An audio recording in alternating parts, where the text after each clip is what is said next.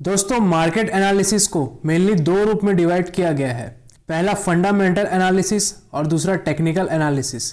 तो आज हम टेक्निकल एनालिसिस के बारे में बात करेंगे। तो टेक्निकल एनालिसिस को शेयर मार्केट में शॉर्ट टर्म की खरीदारी बिकवाली के लिए किया जाता है। टेक्निकल एनालिसिस की मदद से share price movement, share trend और ट्रेडिंग वॉल्यूम जैसी चीज़ों का एनालिसिस करते हैं। टेक्निकल एनालिसिस का उपयोग बाजार की चाल को आसानी से समझने के लिए किया जाता है। ये हिस्ट्री, वॉल्यूम और प्राइस मूवमेंट के आंकड़ों के आधार पर मार्केट की कीमतों की दिशा का पहले से अनुमान लगाने का एक मेथड है। सबसे पहले समझते हैं कि टेक्निकल एनालिसिस होती क्या है। इसे हम एक आसान एग्जाम्पल से समझते हैं। मान लीजिए कि आप विदेश में छुट्टी मना रहे हैं, एक ऐसा देश जहां की भाषा, मौसम, रहन सहन और खाना सब कुछ आपके लिए नया है। पहले दिन आप दिन भर घूमते हैं और शाम तक आपको भूख लग जाती है और आप कुछ अच्छा खाना चाहते हैं और आपको पता चलता है कि पास में ही एक जगह है जहां खाने पीने की कई दुकानें हैं और वहां बिक रही हर चीज अलग और मजेदार दिखती है। अब आप असमंजस में हैं कि क्या खाया जाए और आप लोगों से पूछ भी नहीं सकते क्योंकि वहां की भाषा आपको नहीं आती। ऐसे में अब आप क्या करेंगे? अब आपके सामने दो विकल्प हैं। पहला विकल्प, आप पहली दुकान पर जाएंगे और देखेंगे कि वह क्या पका रहा है, पकाने के लिए वो किन किन चीज़ों का इस्तेमाल कर रहा है, उसके पकाने का तरीका क्या है, और हो सके तो थोड़ा सा चख कर भी देखेंगे। तब आप तय कर पाएंगे कि यह चीज़ आपके खाने के लिए अच्छी है या नहीं। और जब ये काम आप हर दुकान के साथ करेंगे तब आप अपनी पसंद की जगह ढूंढ पाएंगे और मनपसंद चीज़ खा पाएंगे। इस तरीके का फायदा यह है कि आप पूरी तरीके से संतुष्ट रहेंगे कि आप क्या खा रहे हैं, क्योंकि इसको खाने के लिए आपने खुद रिसर्च की है। लेकिन इसमें दिक्कत यह है कि अगर 100 या उससे ज़्यादा दुकानें हैं तो आप हर दुकान को खुद चेक नहीं कर सकते। समय की कमी भी आपके लिए मुश्किल खड़ी कर सकती है क्योंकि आप कुछ ही दुकानों तक जा पाएंगे। ऐसे में यह संभव है कि आपसे अच्छी चीज़ ही छूट जाए। अब बात करते हैं दूसरे ऑप्शन की। इसमें आप एक जगह खड़े होकर पूरे बाजार पर नज़र डालते हो और ये देखने की कोशिश करते हो कि किस दुकान पर सबसे ज़्यादा भीड़ लगी है और सबसे ज़्यादा बिक्री किस दुकान पर हो रही है। इस तरह आप अनुमान लगा सकते हो कि उस दुकान पर जरूर अच्छा खाना मिल रहा होगा, तभी वहां इतनी भीड़ है। अपने अनुमान के आधार पर आप उस दुकान पर जाएंगे और खाना खाएंगे। इस तरीके से इस बात की संभावना ज़्यादा होगी कि आपको उस बाजार का सबसे अच्छा खाना मिल सके। इस तरीके का फायदा यह है कि आप अधिक से अधिक अच्छी दुकानों को जल्दी से खोज पाएंगे और सबसे ज़्यादा भीड़ वाली दुकान पर दांव लगाकर अच्छा खाना पाने की उम्मीद करेंगे।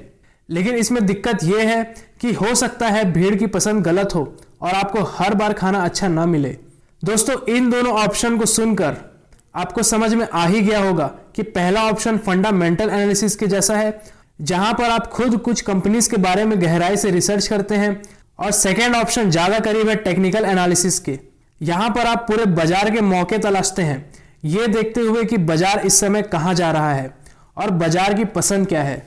तो टेक्निकल एनालिसिस में बाजार में मौजूद सभी कारोबारियों की पसंद को देखते हुए ट्रेडिंग के मौके ढूंढे जाते हैं। बाजार के ज़्यादा कारोबारियों की पसंद क्या है, इसको पहचानने के लिए शेयर या इंडेक्स की चार्ट को देखा जाता है और कुछ समय बाद उस चार्ट को देखकर आप बाजार का संकेत समझ सकते हैं। दोस्तों, जब हम स्टॉक मार्केट में ट्रेडिंग करते हैं तो हम किसी कंपनी का उसके शेयर प्राइस को देखकर बाय या सेल करते हैं, और शॉर्ट टर्म में हम शेयर प्राइस के मूवमेंट को देखकर जल्दी से प्रॉफिट बनाते हैं। और शॉर्ट टर्म में किसी शेयर की प्राइस बहुत तेजी से चेंज होती है। ऐसे में हमें कैसे पता चलेगा कि हमें किस प्राइस पर खरीदना है ताकि हमें अच्छा मुनाफा हो सके? तो इसी को समझने के लिए टेक्निकल एनालिसिस को बनाया गया था। बेसिकली टेक्निकल एनालिसिस कुछ एजम्पशन पर आधारित होती है जिसे हिंदी में अवधारणा कहा जाता है। पहली अवधारणा, मार्केट डिस्काउंट एवरीथिंग, मतलब बाजार हर जरूरी चीज को कीमत में शामिल कर लेता है। यह अवधारणा हमें बताती है कि किसी शेयर से जुड़ी हर न्यूज या जानकारी बाजार की कीमत में शामिल हो जाती है। एग्जाम्पल के तौर पर, कोई व्यक्ति अगर किसी शेयर को चुपचाप बाजार से खरीद रहा है क्योंकि शायद उसे पता है कि कंपनी का अगला क्वार्टरली रिजल्ट अच्छा आने वाला है, तब शेयर से अच्छा मुनाफा होगा। वो भले ही छुपा कर रहा हो, लेकिन शेयर की कीमतों में इसका असर दिखने लगता है। वही एक अच्छा टेक्निकल एनालिसिस्ट शेयर के चार्ट पर इसको पहचान लेता है और वह इस शेयर को खरीदने के लिए सही मानता है। दूसरी अवधारणा होती है क्यों से ज्यादा जरूरी है क्या। यह अवधारणा पहली अवधारणा से मिली हुई है। पिछले एग्जाम्पल में ही अगर देखें तो एक अच्छा टेक्निकल एनालिसिस्ट ये नहीं जानना चाहेगा कि उस व्यक्ति ने शेयर क्यों खरीदा, बल्कि एनालिसिस्ट का पूरा ध्यान इस बात पर होगा कि उस व्यक्ति के छुपाकर की गई खरीदारी से शेयर की कीमतों पर क्या असर हो रहा है और आगे क्या होगा। तीसरी अवधारणा है कि कीमत में एक चलन दिखता है, जिसका मतलब होता है price moves in trends. Technical analysis के मुताबिक कीमत में हर बदलाव एक खास ट्रेंड या चलन को बताता है। एग्जाम्पल के तौर पर जब किसी शेयर की मूवमेंट शुरू होती है तो शेयर की कीमत भी उसी दिशा में बढ़ती है। ट्रेंड बेसिकली 3 तरह के होते हैं। पहली होती है अप ट्रेंड, जहां शेयर में ज्यादा खरीदारी के कारण उसकी कीमतें बढ़ने लग जाती है। दूसरा होता है डाउन ट्रेंड, जहां पर शेयर में ज्यादा बिकवाली के कारण उसकी कीमतें घटने लग जाती हैं।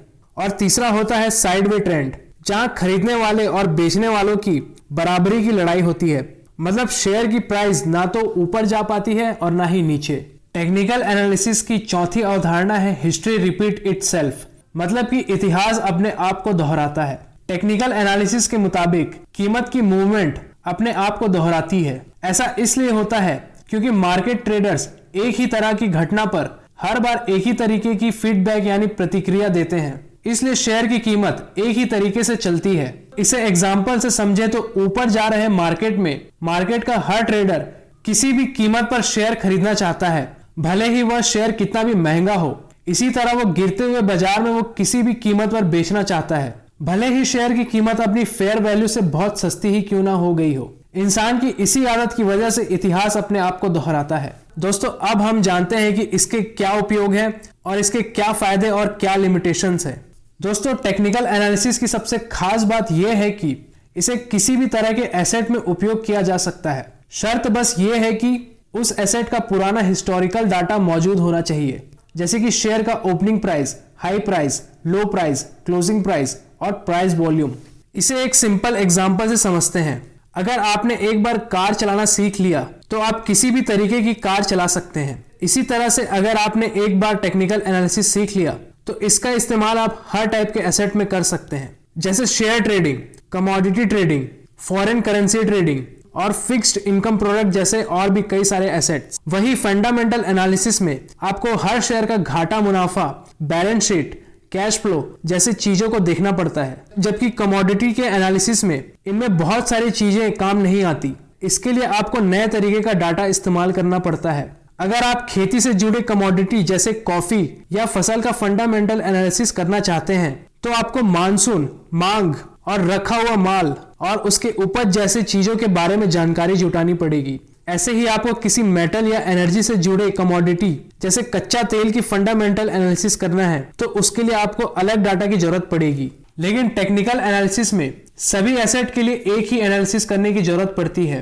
टेक्निकल एनालिसिस इस बात पर ध्यान नहीं देती कि कोई शेयर अंडर वैल्यूड है या ओवर वैल्यूड।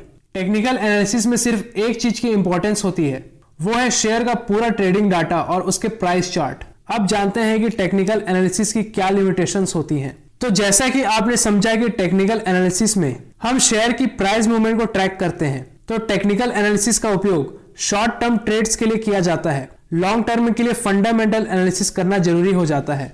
टेक्निकल एनालिसिस के बेस पर हमें ज्यादा प्रॉफिट की नहीं सोचनी चाहिए, बल्कि इसका यूज करके हमें छोटे छोटे फायदे लेकर निकलना चाहिए। और वही टेक्निकल एनालिसिस के बेस पर किए जाने वाले ट्रेड्स की टाइम लिमिट 1 मिनट से लेकर कुछ हफ्तों तक हो सकती है। टेक्निकल एनालिसिस कम टाइम फ्रेम पर अच्छा काम करता है। टेक्निकल एनालिसिस के बेस पर किए जाने वाले ट्रेड्स अगर लॉस में आए तो लॉस बुक करना जरूरी हो जाता है, क्योंकि ऐसा नहीं करने पर आपको कई ज्यादा नुकसान झेलना पड़ सकता है। तो आज के लिए बस इतना ही। आशा है ये वीडियो आपको पसंद आई हो। अगर वीडियो अच्छी लगी हो तो लाइक और शेयर जरूर करें, और चैनल पर नए हैं तो सब्सक्राइब जरूर करें, क्योंकि ऐसी ही वीडियो हम आपके लिए लाते रहेंगे। धन्यवाद।